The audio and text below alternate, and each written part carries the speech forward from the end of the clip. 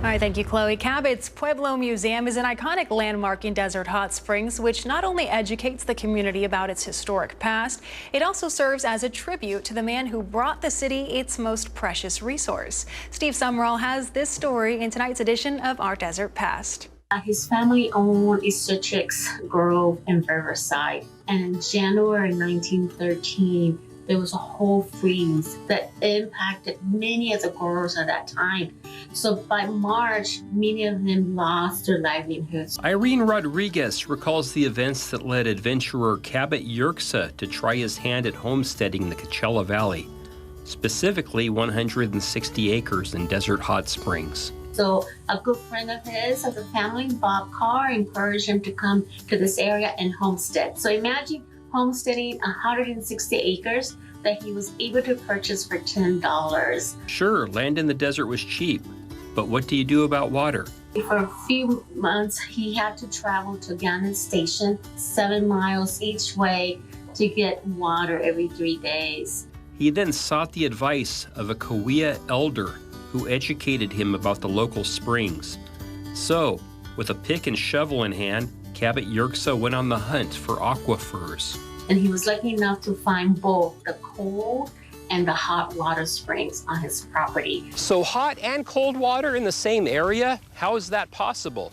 Well, originally there was just one aquifer here, then a break from the expanding San Andreas Fault cut it in half, leaving only one side access to the heated rocks. And it wasn't just any water that Cabot found in this area he named Miracle Hill. The hot, naturally heated up to 130 degrees, holds therapeutic value, and the cold water is ranked amongst the nation's best water for taste. Not only did Cabot discovery improve the quality of life for residents of this community, it also brought tourism.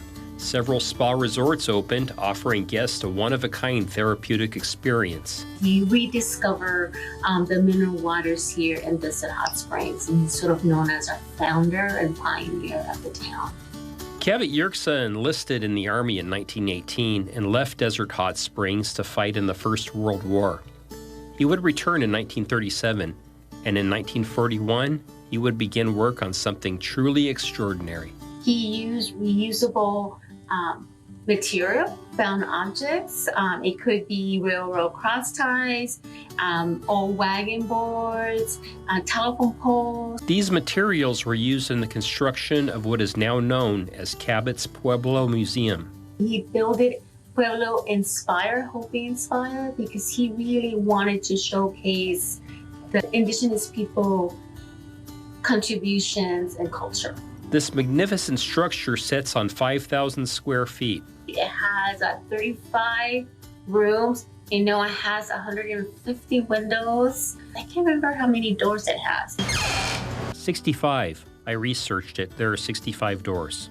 Historical treasures are on full display here, from the art of the indigenous people to Yerxa's own paintings and writings. He also kept a journal, as well as the photography that we have on it that we're lucky that has survived. This photography recounts Cabot life.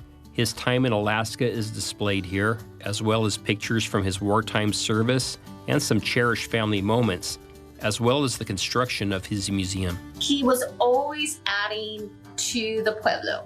Okay, so it was like a visionary. It was sort of complete that he could give tours and live in there, but he was always adding to the Pueblo. The area surrounding the Pueblo is equally as impressive. There are many notable points of interest here, such as Wyoke, a 43-foot tall Indian head carved from an over 200-year-old tree fallen from the Sequoia National Forest.